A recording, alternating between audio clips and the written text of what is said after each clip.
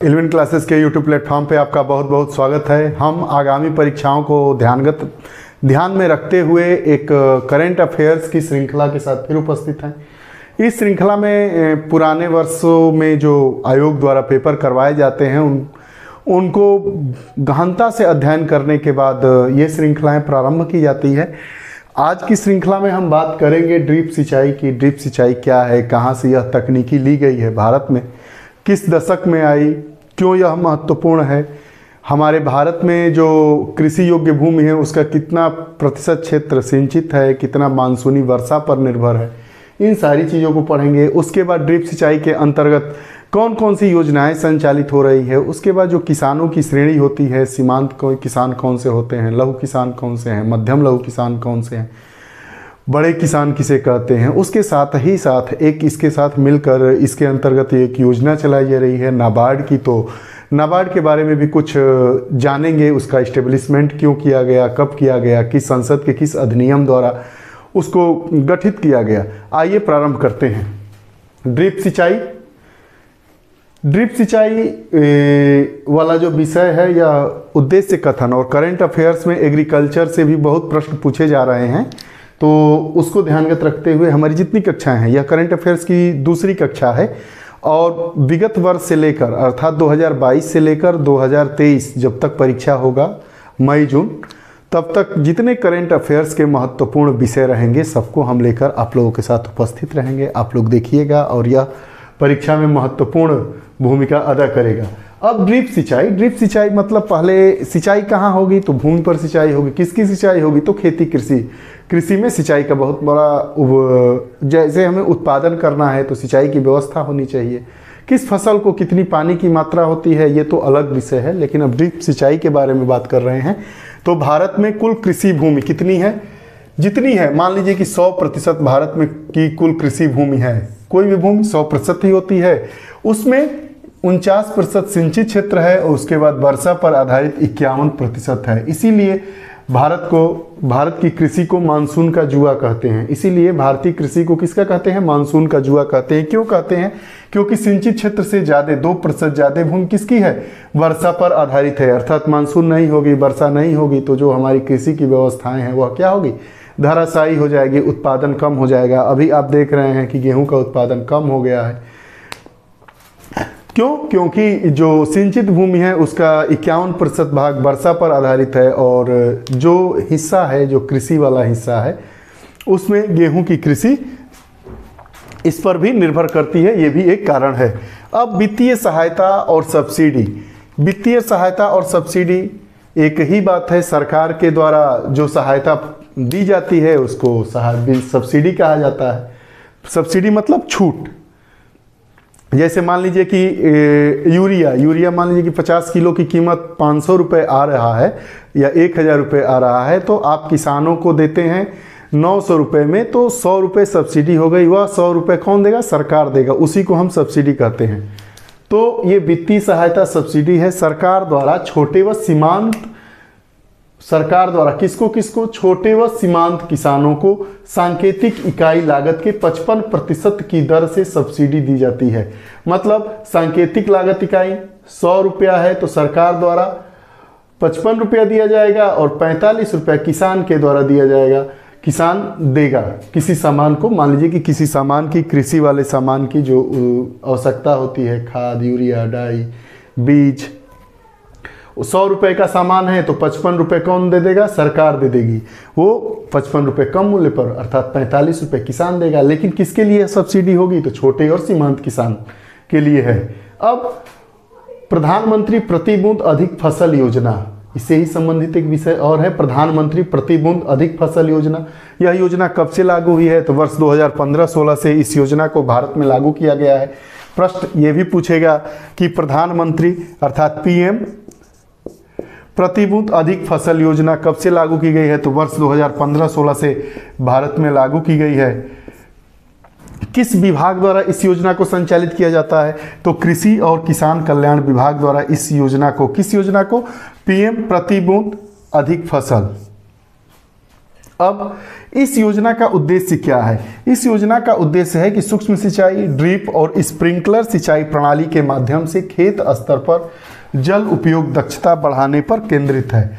यह योजना क्यों है? प्रति बूंद अधिक फसल योजना, मतलब हम अपने पानी के एक एक बूंद का इतना ज़्यादा उपयोग करेंगे, उसका नुकसान नहीं होने देंगे, उसको बर्बाद नहीं होने देंगे कि हमारी क्या हो जाएगी, फसल बढ़ जाएगी। ये क्या है? योजना का उद्देश्य ही यही है कि जो हमारी सूक्ष्म सिंचाई है, ड्रिप और स्प्रिंकलर सिंचाई प्रणाली के माध्यम से खेत स्तर पर जल उपयोग दक्षता बढ़ाने पर केंद्रित है। आप देख रहे होंगे खेतों में पाइप के माध्यम से पतले पतले छेद कर दिए जाते हैं और जो सिंचाई की व्यवस्था है कि सीधे जड़ में या जहां आवश्यकता हो वहां पानी को भेजा जाए, पानी को नुकसान होने से बचाया जाए, बर्बाद होने से बचाया जाए। तो इसको ध्यानगत रखते हुए प्रधानमंत्री प्रति बूंद अधिक फसल योजना को लागू किया गया है। वर्ष 2015-16 से किस विभाग के द्वारा? कृषि और किसान कल्याण विभाग के द्वारा संचालित की जाने वाली यह योजना है। इसका उद्देश्य यह है कि सूक्ष्म सिंचाई, ड्रिप और स्प्रिंकलर सिंचाई प्रणाली के माध्यम से खेत स्तर पर जल उपयोग दक्षता बढ़ाने पर केंद्रित है। जल उपयोग की दक्षता को बढ़ाएंगे, उसकी उपयोगिता को बढ़ाएंगे, बर्बाद होने से रोकेंगे, इसका यही तात्पर्य है। अब आगे सूक्ष्म सिंचाई कोष। अब सूक्ष्म सिंचाई कोष को भी बनाया गया है। अब सूक्ष्म सिंचाई के कवरेज के विस्तार के लिए संसाधन जुटाने में, अब आप जानते हैं इसमें नाबार्ड की स्थापना ही हुई है कि कृषि क्षेत्र में, लघु उद्योग क्षेत्र में, कुटीर उद्योग क्षेत्र में जो लोग लगे हैं या उसके व्यवसाय को बढ़ाने के लिए ऋण मुहैया कराने का काम नाबार्ड करती है। तो नाबार्ड के साथ मिलकर सूक्ष्म सिंचाई कोष की स्थापना की गई है। क्यों? क्योंकि इसका विस्तार, जो सूक्ष्म सिंचाई के कवरेज का विस्तार है, उसको बढ़ाने के लिए संसाधन होने चाहिए। तो उस संसाधन को मुहैया कराने के लिए, जुटाने के लिए नाबार्ड के साथ, नाबार्ड जिसका पूरा नाम है राष्ट्रीय कृषि और ग्रामीण विकास बैंक के साथ सूक्ष्म सिंचाई कोष बनाया गया है। ठीक, सूक्ष्म सिंचाई का राष्ट्रीय मिशन वर्ष 2010 में प्रारंभ किया गया था। 12 साल पहले इस योजना को प्रारंभ किया गया था। नाबार्ड के साथ मिलकर सूक्ष्म सिंचाई कोष बनाया गया है। अब सोचिए, जैसे किसान इतने गरीब हैं कि उनके पास पाइप खरीदने की व्यवस्था नहीं है, मशीन खरीदने की व्यवस्था नहीं है, तो सरकार के द्वारा इन सब कृषि उत्पादों पर छूट दिया जाता है, लेकिन उसके बाद भी बात नहीं बन पाती है। तो जो सामान खरीदा जाएगा तो कैसे खरीदा? अगर किसी किसान को पाइप लगवाना हो खेत में तो कहाँ से लगवाएगा? तो इसके लिए सूक्ष्म सिंचाई कोष की स्थापना की गई है, जो नाबार्ड के साथ मिलकर इसको स्थापित किया गया है। नाबार्ड इसको ऋण मुहैया कराएगा और ऋण मुहैया होगा तो जो यह योजना है उसको विस्तारित किया जाएगा, ज़्यादा किसानों के पास पहुंचेगा, तो इसके क्षेत्र को ज़्यादा कवरेज किया जा सकता है। इसका उद्देश्य ही है, सूक्ष्म सिंचाई कोष का उद्देश्य क्या है कि संसाधन जुटाकर सूक्ष्म सिंचाई कवरेज के विस्तार को बढ़ाया जाए, कवरेज को बढ़ाया जाए, उसके क्षेत्रफल को बढ़ाया जाए। मान लीजिए कि 5 वर्ग किलोमीटर का क्षेत्र है तो उसको 50 वर्ग किलोमीटर का क्षेत्र कैसे बनाया जाएगा? किसानों के पास वैसी सुविधा दे दीजिए। तो सुविधा कैसे दी जाएगी? तो ऋण की आवश्यकता होगी, तो उस ऋण को कौन देगा? तो नाबार्ड कौन देगा? तो नाबार्ड के साथ ही मिलकर हमने सूक्ष्म सिंचाई कोष की स्थापना हो गई है, जो इन चीज़ों को कवरेज बढ़ाने में भूमिका अदा करता है। अब सूक्ष्म सिंचाई का राष्ट्रीय मिशन वर्ष 2010 से प्रारंभ हुआ है। उसके बाद जो यह ड्रिप सिंचाई की व्यवस्था है, यह कहाँ से आई है? तो यह इजराइल में विकसित की गई है। इजराइल तकनीकी क्षेत्र में महारत हासिल किया हुआ एक देश है। तो सिंचाई की इस तकनीकी को 1960 के दशक में 1960 के दशक में के प्रारंभ में ही इजराइल में विकसित किया गया था। यहीं से यह व्यवस्था ली गई है। तो यह भी प्रश्न पूछता है कि ड्रिप सिंचाई की व्यवस्था, यह तकनीकी किसने विकसित किया? तो इजराइल ने विकसित किया। भारत ने उससे, इजराइल से इस तकनीकी को लिया है। ये रही बात इसकी। अब इसमें 3-4 कीवर्ड्स आए हैं, उसके बारे में भी बात करेंगे। कीवर्ड्स क्या है कि छोटे व सीमांत किसान किसे कहते हैं? तो भारत सरकार ने इस सुविधा की दृष्टि से कि लोगों को कैसे, किसानों को लाभ पहुंचाया जाए, किसको ज़्यादा ज़रूरत है सब्सिडी की, किसको ऋण की ज़्यादा आवश्यकता है, किसको थोड़ी कम आवश्यकता है, या किसको कम ऋण में काम चल जाएगा, किसको ज़्यादा ऋण देना चाहिए, इसको ध्यानगत रखते हुए किसानों की एक श्रेणी बांट दिया गया है। और उस श्रेणी को किस हिसाब से बांटा गया है? उनके पास भूमि कितनी है, उनके पास जमीन कितनी है, उस जमीन की क्षमता के आधार पर किसानों को 5 वर्गों में बांट दिया गया है। सीमांत किसान, छोटे किसान, अर्ध मध्यम किसान और मध्यम किसान और बड़े किसान। किसान की श्रेणी, किसान का वर्गीकरण किया गया है किस आधार पर कि उनके पास भूमि कितनी है, खेत कितने हैं। तो 5 प्रकार इसमें विकसित किया गया है। पहला सीमांत किसान, दूसरा छोटे किसान, तीसरा अर्ध मध्यम किसान, चौथा मध्यम किसान और पांचवा बड़े किसान। ये जो व्यवस्था है सब्सिडी की व्यवस्था, वह छोटे व सीमांत किसानों के लिए ही है। छोटे व सीमांत किसानों के लिए जो अभी हमने पढ़े थे 55% की जो सब्सिडी मिलती है इकाई लागत पे, तो जानते हैं कि इन प्रकार के किसानों के पास कितनी जमीन, इससे भी बहुत बार प्रश्न पूछा जाता है। 4 ऑप्शन दे देगा कि सीमांत किसान, छोटे किसान, अर्ध मध्यम किसान, मध्यम किसान, बड़े किसान, या तो ये दे देगा 1 हेक्टेयर से कम भूमि वाले किसानों को किस श्रेणी में रखा गया है, या 2 से 4 हेक्टेयर भूमि वाले किसानों को किस श्रेणी में रखा गया है, या 10 हेक्टेयर से ज़्यादा भूमि वाले किसानों को किस श्रेणी में रखा गया है। इस प्रकार से प्रश्नों को फ्रेम किया गया है। आप विगत वर्षों के प्रश्नों को आप पढ़ते ही होंगे, देखते ही होंगे, और हमारी श्रृंखला के माध्यम से आप समझ पा रहे होंगे। तो सीमांत किसान कैसे कहते हैं? ऐसे किसान जिनके पास कुल 1 हेक्टेयर से कम भूमि है, ऐसे किसान जिनके पास 1 हेक्टेयर से कम भूमि हो। उसके बाद सीमांत के बाद आते हैं छोटे किसान जिनके पास 1 से 2 हेक्टेयर भूमि हो। उसके बाद आते हैं हमारे अर्ध मध्यम किसान जिसके पास 2 से 4 हेक्टेयर की भूमि हो। उसके बाद आ जाते हैं मध्यम किसान जिनके पास 4 से 10 हेक्टेयर वाली भूमि जितनी भूमि हो। और सबसे उसके बाद आते हैं बड़े किसान जिनके पास 10 हेक्टेयर या उससे ज़्यादा की भूमि हो। ये तो बात रही हमारे किसानों के वर्गीकरण की, जिसमें खेत के आधार पर, भूमि के आधार पर उनका वर्गीकृत कर दिया गया है। सबसे पहले बात करते हैं सीमांत किसान की 1 हेक्टेयर से कम। सीमांत के बाद आते हैं छोटे किसान 1 से 2 हेक्टेयर की भूमि। छोटे के बाद अर्ध मध्यम किसान जिनके पास 2 हेक्टेयर से 4 हेक्टेयर के बीच में भूमि होती है। उसके बाद आते हैं मध्यम किसान जिनके पास 4 से 10 हेक्टेयर की भूमि होती है। और उसके बाद आते हैं बड़े किसान जिनके पास 10 हेक्टेयर या उससे ज़्यादा भूमि होती है। उसके बाद अब हम बात करेंगे राष्ट्रीय कृषि और ग्रामीण विकास बैंक की, जिसके साथ हमने मिलकर सूक्ष्म सिंचाई कोष की स्थापना की। इसकी स्थापना कब की गई, किस अधिनियम के द्वारा किया गया, इससे भी प्रश्न पूछा गया है। आप देखिएगा, यह भी हमारे लिए इंपॉर्टेंट है। कक्षा में जितनी ही बातें होती हैं वो सब परीक्षा के लिए एक एक लाइन, एक एक शब्द अति महत्वपूर्ण है। अगर आप गंभीर रूप से परीक्षा की तैयारी में लगे हुए हैं तो आप इस कक्षा की गुणवत्ता को समझ पा रहे होंगे। राष्ट्रीय कृषि और ग्रामीण विकास बैंक, जिसका नाम है नाबार्ड, नाबार्ड का फुल फॉर्म भी कई बार पूछा जाता है। सबसे पहले बात करेंगे इसका मुख्यालय कहाँ है, तो मुंबई में। मुंबई कहाँ है? महाराष्ट्र में। महाराष्ट्र कहाँ है? तो भारत में, यहाँ भारत भी लिख सकते हैं। स्थापना कब हुई, इस्टेब्लिशमेंट कब किया गया, तो 12 जुलाई 1982 को। ये बार बार पूछा गया है, मोस्ट इंपॉर्टेंट प्रश्न है, कई बार पूछा जाता है।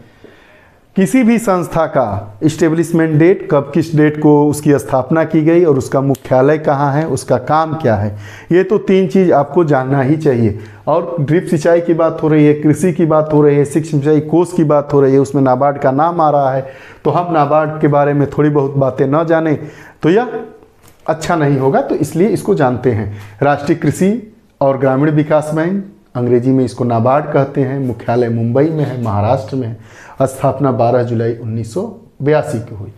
किस समिति की सिफारिश पर हुई, ये भी बार बार प्रश्न पूछता है, तो शिवरामन कमेटी की सिफारिश पर, शिवरामन कमेटी की सिफारिश पर राष्ट्रीय कृषि और ग्रामीण विकास बैंक अधिनियम 1981 को लागू करने के उद्देश्य से, शिवरामन समिति की सिफारिश के आधार पर राष्ट्रीय कृषि और ग्रामीण विकास बैंक अधिनियम 1981 को लागू करने के लिए संसद के एक अधिनियम द्वारा, अब समिति रिपोर्ट देगी तो संसद एक अधिनियम बनाएगा, उस अधिनियम के तहत इस संस्था को, इस बैंक को स्टेबल कर दिया गया। तो संसद के एक अधिनियम द्वारा 12 जुलाई 1982 को नाबार्ड की स्थापना कर दी गई।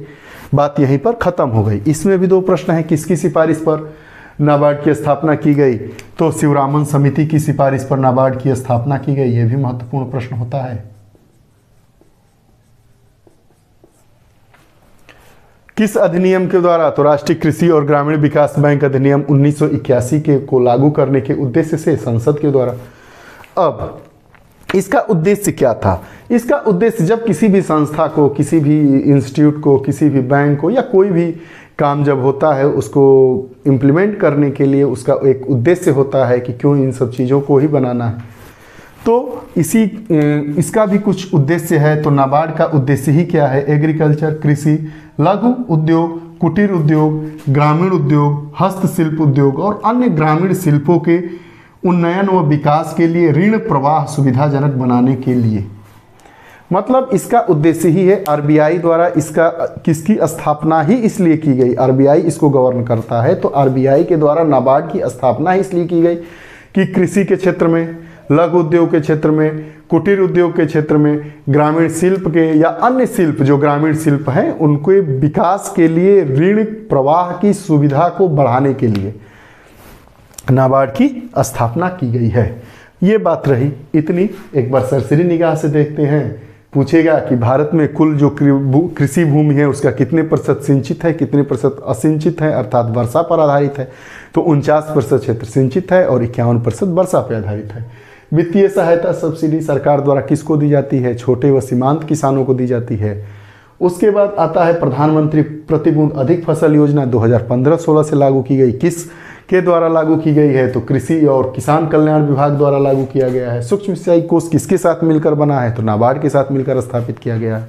यह जो ड्रिप सिंचाई है वो कहाँ की तकनीकी है? तो 1960 के दशक में इजराइल में इसे प्रारंभ किया गया था और वहीं से यह तकनीकी ली गई है। इजराइल से इस तकनीकी को लिया गया है भारत में। उसके बाद बात करेंगे कि किसानों की श्रेणी, तो भूमि के आधार पर किसके पास कितनी भूमि आधार है उसके आधार पर 5 श्रेणियाँ इसमें विभक्त की गई है किसानों की। सीमांत किसान, छोटे किसान, अर्ध मध्यम किसान, मध्यम किसान और बड़े किसान, इसके बारे में हमने जाना। उसके बाद नाबार्ड के बारे में जाना। नाबार्ड का पूरा नाम क्या है? राष्ट्रीय कृषि और ग्रामीण विकास बैंक है। इसका इस्टेब्लिशमेंट कब किया गया? 12 जुलाई 1982 को किया गया। मुख्यालय महाराष्ट्र के मुंबई में अवस्थित है जो भारत में है। किस समिति की सिफारिश पर? शिवरामन समिति की सिफारिश पर कृषि और ग्रामीण विकास बैंक अधिनियम 1981 को लागू करने के लिए संसद के द्वारा 12 जुलाई 1982 को इसकी स्थापना की गई। इसका उद्देश्य ही था कि जो कृषि के क्षेत्र में, छोटे कुटीर उद्योग के क्षेत्र में, ग्रामीण शिल्प या अन्य शिल्पों के उन्नयन व विकास के लिए ऋण प्रवाह को और सुलभ और सही बनाने के उद्देश्य से इसकी स्थापना की गई है। हमने जाना यह हमारी कक्षा बहुत ही उपयोगी है। अगर आप पहले से ही पढ़ रहे हैं, प्रतियोगी परीक्षाओं की तैयारी कर रहे हैं, अगर 1-2 परीक्षा आप दिए हैं तो आप देखते होंगे कि जो हमारे द्वारा इस कक्षा के द्वारा टॉपिक पढ़ाया जाता है उसमें सभी विषयों को एक ही साथ जो संबंधित विषय हैं सबको लेने की कोशिश की जाती है। आपको यह कक्षा कैसी लगती है? अपने विचार दीजिएगा। इस कक्षा में क्या क्या कमियाँ हैं उसके लिए सुझाव भी दीजिएगा। आप हमसे फेसबुक के जरिए जुड़ सकते हैं, ट्विटर के जरिए जुड़ सकते हैं, इंस्टाग्राम के जरिए जुड़ सकते हैं। आप हमसे बात भी कर सकते हैं, व्हाट्सएप कर सकते हैं, टेलीग्राम कर सकते हैं। उसके लिए हमारा नंबर है 7081788388 पर आप कभी कर सकते हैं। आपको यह कक्षा कैसी लगती है कमेंट बॉक्स में ज़रूर बताइएगा। अगर आप हमारे नए पाठक हैं, नए दर्शक हैं तो चैनल को सब्सक्राइब करिए। बेल आइकन का बटन दबा के ऑल वाला बटन अगर आप क्लिक कर देंगे तो हमारी जो वीडियोस आएंगी उसको आप आसानी से देख पाएंगे। आप हमारे साथ जुड़े रहे। अग्रिम भविष्य की ढेर सारी शुभकामनाओं के साथ बहुत बहुत धन्यवाद। जय हिंद।